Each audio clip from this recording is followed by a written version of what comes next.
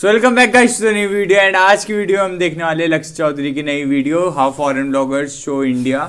तो यार स्टार्ट करते हैं।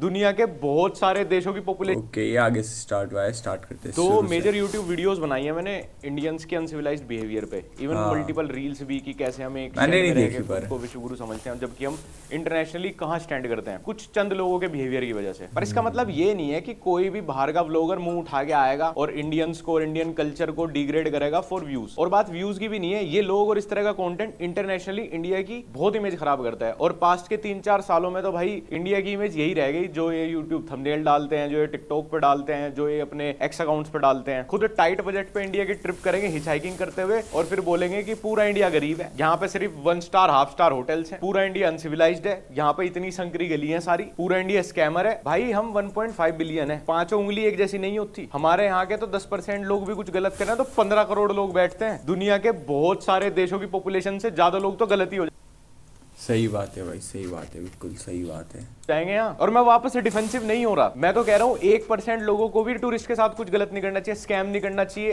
अनहाइजेनिक अनसिविलाइज्ड नहीं रहना चाहिए। पर ये तो यूनिवर्सल ट्रूथ है भाई। छोटी से छोटी पॉपुलेशन भी होगी ना किसी कंट्री की, 15,000 की पॉपुलेशन होगी ना, 1500 लोग तो वहां भी ऐसे ही निकलेंगे। एक ब्लॉगर है जो 6-7 साल पहले इंडिया आया था और उसने अपनी वीडियो में जो उसने इंडिया के अराउंड ब्लॉग बनाया था उसमें जम के इंडिया की बुराई की थी। और मैं एक्सेप्ट करता हूँ ये फैक्ट भाई की बहुत सारी बुराइयां होंगी इंडिया में, इंडियंस में, एज अ होस्ट कंट्री में भी। लेकिन उस वीडियो के बहुत सारे पॉइंट्स बिल्कुल झूठ थे। काफी ऐसा भी था कि कुछ पर्सनल हेट निकल रही है, मतलब बहुत स्ट्रेच थे, वो राई का पहाड़ बनाने वाली बात है। लेकिन स्टिल मैं वापस बोलता हूँ कि हम एक्सेप्ट कर रहे हैं कि हाँ भाई इंडिया बहुत खराब होगा आपके लिए, शायद आपका एक्सपीरियंस सबसे खराब रहा होगा। लेकिन भाई 7 साल बाद तू वापस इंडिया क्यों आ गया? फिर वीडियो के टाइटल और थंबनेल से पता चल रहा है कि एक्चुअली कहाँ घूमने पे सबसे ज्यादा ध्यान दिया गया है, इन्होंने अपनी इंटरनेशनल ट्रिप में क्या किया है, क्या इनकी आइटनरी रही होगी। भाई इंडिया आने का मतलब चोल विजिट नहीं होता, इंडिया आने का मतलब सिर्फ ओल्ड दिल्ली नहीं है, चांदनी चौक की सबसे संकरी गली में सबसे गंदे छोले भटूरे खाना नहीं है, दिल्ली विजिट करने का मतलब फॉरेनर के लिए कूड़े का पहाड़ नहीं है। इंडियंस खुद नहीं जाते भाई वहां पे। जब जब इनके चैनल पे व्यूज डिप करते हैं वैसे ही इनके ट्रैवल प्लान में इंडिया ऐड हो जाता है। और मुझे ऐसा लगता है कि हमें इन पर्टिकुलर कुछ व्लॉगर्स की मेहमान नवाजी पे कुछ ज्यादा ध्यान देना नहीं चाहिए, क्योंकि इनका इंडिया का एक्सपीरियंस कितना भी खराब रहे ना, ये हर ऑल्टरनेट ईयर्स पे आते रहे। यूट्यूब एल्गोरिथम इन्हें इंडिया भेजती ही रहेगी कि वापस डिप होगी फिर जाए इंडिया, फिर कर बुराई, मिसलीडिंग थंबनेल्स डालना, व्यूज आते हैं सबसे मेन चीज, के ऐसी व्यूज आते हैं भाई, इंडिया के नाम से ही व्यूज आ जाते हैं। जगह विजिट करना जहाँ पे ओवर मेरी पॉपुलेटेड वीडियो में एरिया नहीं होंगे, आते, बस मेरी वीडियो में क्यों नहीं आते भाई?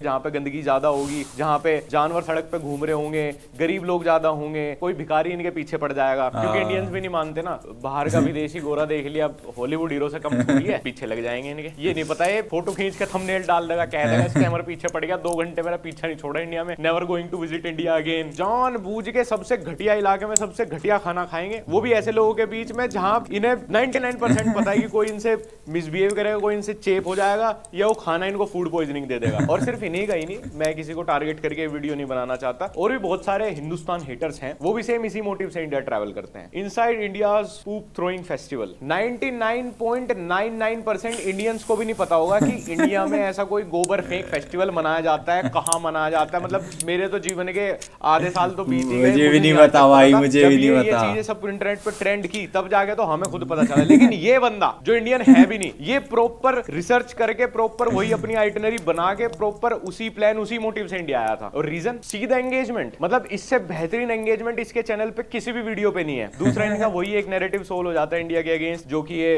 इतने सारे साल से टिकटॉक पर एक्स पे तो कर ही रहे हैं। दिवाली के टाइम पे साउथ इंडियन कोई विलेज है जहाँ पे छोटा सा विलेज है, कुछ ही लोग हैं, वहाँ पे कोई पुरानी मान्यता चलती आ रही है, तो वो कोई कावड़ंग से कुछ फेस्टिवल मनाते हैं एक दूसरे के ऊपर फेंक के, मतलब होली विद गोबर। अब तुम्हें सुनने में अजीब लग रहा होगा, मुझे भी लगा था, क्योंकि अजीब है ही, और हम में से कोई भी अवेयर नहीं होगा के बारे में। बट इस किसी को भी इंसान नहीं की पता। रिसर्च देखो, और इसने एक क्लिप आउट ऑफ कॉन्टेक्स्ट उठा के अपने ट्विटर पे भी डाली थी, मतलब जो अब एक्स है। और जब इसको पहली बार में रीच नहीं आई तो इसने बार बार ये क्लिप्स और फोटोज वापस एक्स पे डाली। भाई साल का सारा रिवेन्यू इसी एक पर्टिकुलर चीज से करेगा क्या? देखो मैं वही क्रिएटर हूँ जिसने मल्टीपल टाइम पोल्यूशन पे, हमारे पॉलिटिकल सीन पे, इंडियन अनसिविलाइज्ड बिहेवियर पे, इंडिया में भी बाहर भी इंडियंस कैसे एक्ट करते हैं, मतलब इस सब चीज पे 1000 बार बोला हूँ मैं। इतनी सारी वीडियोस बनाई है, इतनी रील्स बनाई है, और इवन फ्यूचर में भी बनाऊंगा। मैं नहीं सपोर्ट करता इस सब चीज को, मतलब मैं तो वो इंसान हूं जो सबसे ज्यादा अपनी कंट्री वालों से फ्रस्ट्रेट होगा। बट इसका मतलब ये नहीं ना कि भाई इससे किसी भी एक फॉरेन ब्लॉगर को लाइसेंस मिल जाता है कि वो व्यूज के लिए, वो रेवेन्यू के लिए इंडिया विजिट करे और हमारा जो एक्चुअल हेरिटेज है, जो हमारा कल्चर है, जो हमारी गुड हॉस्पिटैलिटी है, उस सब को ना दिखा के ये सब दिखाए। इससे भाई हमारी अच्छी चीजें भी शेड हो जाती है ना। मैं आपका पूरा चैनल देख रहा हूँ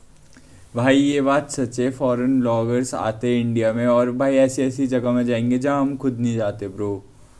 दिस इज़ क्रेजी। एंड पता नहीं भाई कितना कमा लेते होंगे उतनी व्यूज़ से, उतने वीडियोस से।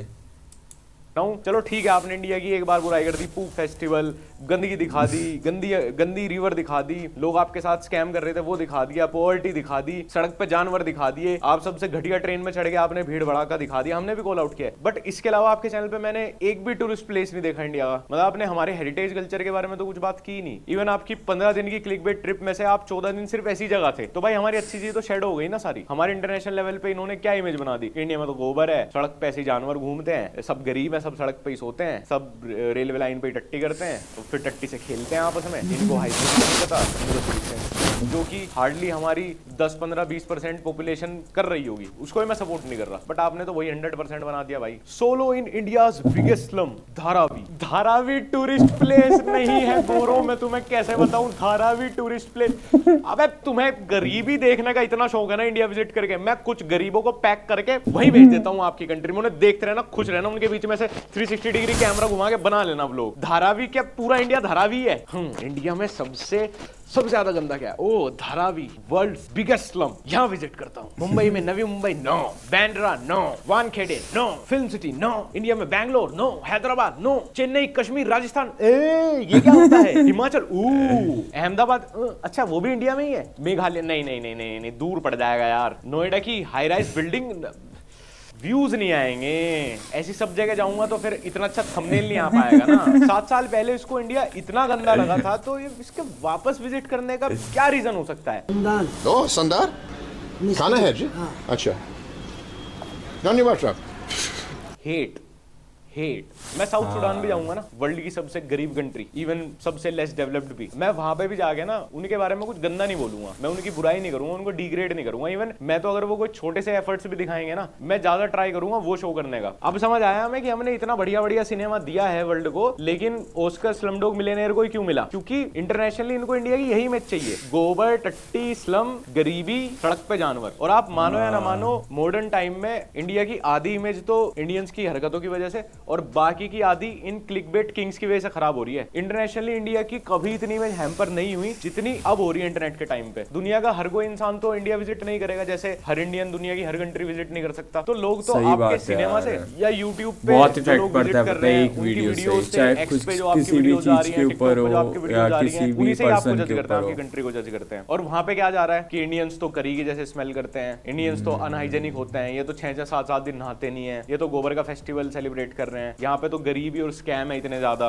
धारावी जैसा स्लम ही है पूरा इंडिया, क्योंकि भाई 20 व्लॉगर आए और वो सब धारावी विजिट कर रहे हैं, तो इंडिया का तो मतलब भाई जैसे ही उतरते होंगे वहां स्लम ही शुरू हो जाते होंगे। इवन फ्लाइट भी स्लम के बीच में लैंड करती होगी, जाके उसकी स्क्रैप तोड़ देते होंगे तुरंत, वो ले जाके लोहार के यहाँ। अब जानबूझ के आप ऐसी गलियों में घुसोगे, इतनी संकरी गलियों में, और वहां पे हाथ रिक्शा में बैठोगे, तो भाई दुनिया को तो यही लगेगा ना कि इंडिया में तो भाई रिक्शा ही चलती है। भाई इन्होंने तो 3 पहियों से चौथा पहिया देखा नहीं आज तक। फिर रिक्शा वाला आपके साथ स्कैम कर देता, कितने का भाई? 20 से 50 रुपए का स्कैम। किसी और कंट्री में नहीं लोग ओवर चार्ज करते टूरिस्ट, इंडिया में 20 से 50 रुपए डॉलर्स में कन्वर्ट करके तो देखो भाई कितना हैवी स्कैम है। इंडिया में पिछले 13 सालों से ओला उबर चल रही है, पर ये चिंदी जान के रिक्शा में बैठेंगे, इंडिया को गरीब दिखाने को, रिक्शा वालों को स्कैमर दिखाने को। कभी इनके व्लॉग में तुम इंडियन एयरपोर्ट से बाहर तक का सफर नहीं देखोगे, ना। वहां क्योंकि रिक्शा लगती नहीं ना, वहां टैक्सी लेनी पड़ जाए बेचारों को, फिर टैक्सी दिखा देंगे तो दिक्कत हो जाएगी यार। इंडिया में 4 पहिए तो सिर्फ ओल्ड दिल्ली इंडिया नहीं है भाई। क्या फैंटेसी है तुम्हारी ओल्ड दिल्ली से, रिक्शा में बैठने से? मेट्रो छोड़ के सबसे घटिया लोकल ट्रेन में बैठेंगे। पूरा इनका चैनल छान मारा मैंने। एक तो इंडिया के कोई से भी टूरिस्ट प्लेस नहीं दिखाया इन्होंने, एक इन्होंने लोकल ट्रेन छोड़ के कोई मेट्रो, कोई लग्जरी रैपिड ट्रेन नहीं दिखाई। पता नहीं भाई हिम्मत है इनकी, कैसे ट्रैवल कर रहे हैं इंटरस्टेट, फिर रिक्शाओं से ही जा रहे हैं क्या भाई? एक लग्जरी गाड़ी तक भी इनके व्लॉग के बैकग्राउंड में नहीं दिखाते। पहले तो रहते इतनी संकरी गलियों में घुसते हैं सीधे जाके, जहां पर गाड़ी जा ही नहीं सकती। स्विफ्ट तक नहीं दिखाई, क्योंकि ओला उबर तक नहीं करते ना ये। स्विफ्ट भी नहीं दिखेगी तुम्हें इनके व्लॉग में, जो कि मतलब अगर मैं पत्थर उठा के सड़क पे ऐसे फेंक दूंगा इंडिया में कहीं भी, तो स्विफ्ट में ही जाके लगेगी कहीं ना कहीं। ये लोग खुद भारत में आके वो सारे काम करते हैं जो 99% भारतीय खुद नहीं करते। सारी जिंदगी से एनसीआर में कट गई, हम नहीं गए ओल्ड दिल्ली आज तक, 20 बार मुंबई चले गए, हमारे अंदर फैंटेसी नहीं मारी भाई वो कि मैं धारावी में जाऊंगा एक बार। पर इनकी मजबूरी है यार, इंडिया की दूसरी साइड दिखा देंगे तो इनकी ऑडियंस का माइंडसेट चेंज हो जाएगा इंडिया को लेके। तो इंडिया का मतलब तो वही है, नो लग्जरी कार्स, गंदी लोकल ट्रेन, गरीब के बच्चे भीख मांगते हुए। फायदा भी तभी है इंडिया विजिट करने का यार, सस्ती कंट्री है, टाइट बजट से मैं ट्रैवल कर लो, 5 7 10 ऐसे व्लॉग पटक दो, easy business. This is business. So, I found a good hotel on booking.com. A good hotel, it had good reviews. अब भाई ऐसे इलाके में मैं खुद नहीं गया आज तक, ऐसे में होटल लेना तो बहुत दूर की बात है। और ये जानबूझ के बोल रहा है गुड होटल, रिव्यू से एकदम गुड होटल, ताकि जब ये उस होटल को दिखाए अपनी वीडियो में तो उसके व्यूअर्स सोचोगे ओरे ऐसे होटल को गुड माना जाता है इंडिया में। अब कॉलेज कपल जो होता है ना इंडिया में, जिनको टाइट बजट में होटल चाहिए होता है, वो भी इससे बढ़िया एरिया और बढ़िया होटल चूज करते हैं, बिल्कुल 500 रुपए वाले में ही सोना। भाई पहले तो तुम करते ही वो सारे काम हो जो 99% इंडियंस खुद नहीं करते, फिर जनरलाइज कर दोगे पूरे भारत को। ये होटल है, होटल।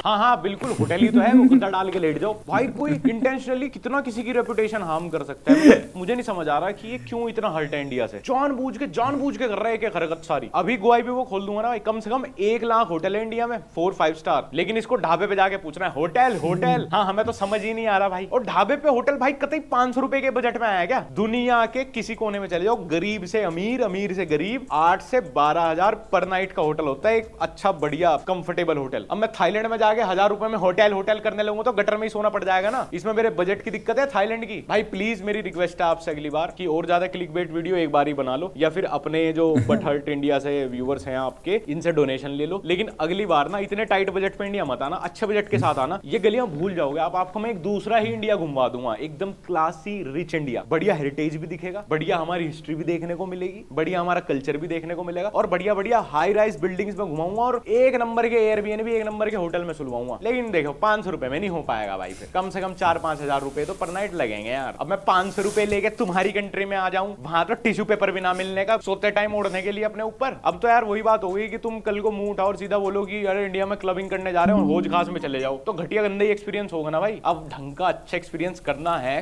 क्लबिंग वाले क्लबिंग करनी है, तो भाई मेहरौली जाना पड़ेगा ना, फिर पैसे लगेंगे थोड़े। I tried India's most disgusting street food, hunting for India's most famous man. अब भाई इस अंकल को तो पूरा इंडियन हाइजेनिक बोल चुका, इस बेचारे को तो हम सबने मिलके कॉल आउट किया था, कौन जाता है इसके पास खाने, लेकिन नहीं, फॉरेन व्लॉगर हैं जी हम तो, स्पेशल फ्लाइट लेके आएंगे कोलकाता के लिए, और अलग से एक दिन निकाल के सबसे पतली सबसे सुरंगी गली में जाएंगे अंकल के प्यार का मीठा रस पीने। इसके पास तो आज तक खुद कोलकाता वाले भी नहीं गए यार। ये तो वैसी बात है यार, मैं यूएस जाऊं और वहां उनके वो गंदे सबवेज दिखा दूं, लोग बदतमीजी करते दिखा दूं, उसके अंदर केमिकल्स पे हाई पड़े हुए लोग दिखा दूं, होमलेस लोग दिखा दूं सारे, और बोल दूं फिर टाइटल थंबनेल डाल के कि दिस इज अमेरिका। कोई चीज एक कंट्री का छोटा सा पार्ट हो सकती है भाई, वो पूरी कंट्री कैसे हो जाए? मतलब पूरी कंट्री कैसे रिप्रेजेंट कर रहा है अंकल? अंकल की कचौड़ी छोड़ो, हमने तो वैसे ही लाइफ में कचौड़ी नहीं खाई। मैं किसी कंट्री के वर्स्ट से अपना बेस्ट कंपेयर नहीं कर रहा, और ना मुझे आदत है कि जो जिस कंट्री में सबसे खराब चीज होगी उससे अपना एवरेज या बेस्ट कंपेयर कर देना। देखो यार हम कम से कम इसमें तो अच्छे ही हैं, बट स्टिल हम लोगों ने खुद बहुत सारे international tourist via couch surfing host किए हैं अपने यहाँ पे। हम लोगों ने उनको गाइड किया, हम लोगों ने उनको आइटनरी प्लान करके दी है, और वो लोग खुद हमें बोलते हैं कि यार हमारा पूरा पर्सपेक्टिव बदल गया इंडिया को लेकर। मतलब रिसेंट ईयर्स में जो हमने इंडिया के बारे में सुना था, जो इमेज बन गई थी हमारे दिमाग में, यार वैसा तो इंडिया में कुछ भी नहीं है। मतलब एक आध जगह 1-8% लोग ये एक्सपीरियंस ऐसा हो जाता है, बट ओवरऑल मतलब वो तो हर कंट्री में ही है, ओवरऑल इंडिया गुड है। मतलब ऐसा तो कुछ नहीं हुआ जो हमने इन वीडियोज में, टिकटॉक में और इस तरह के वायरल यूट्यूब कंटेंट में देखा था। इवन जो लोग इंडिया की इस इमेज को लेके आते हैं ना, और वो फिर अपने पर्सपेक्टिव से इंडिया को एक्सप्लोर करते हैं, उन लोगों का 100% पूरा डिफरेंट एक्सपीरियंस रहता है। लेकिन ये कुछ व्यू फार्मिंग करने वाले सर्टेन कंट्री के क्रिएटर्स हैं जिन्होंने ठेका उठा लिया है कि भैया इंटरनेशनली इंडिया को, वही यार इनको व्यूज चाहिए होते, इनके चैनल ग्रो नहीं हो रहे होते, यूट्यूब चैनल स्टार्ट करना होता है, कुछ नहीं करा, मुंह उठाया और इंडिया आ गए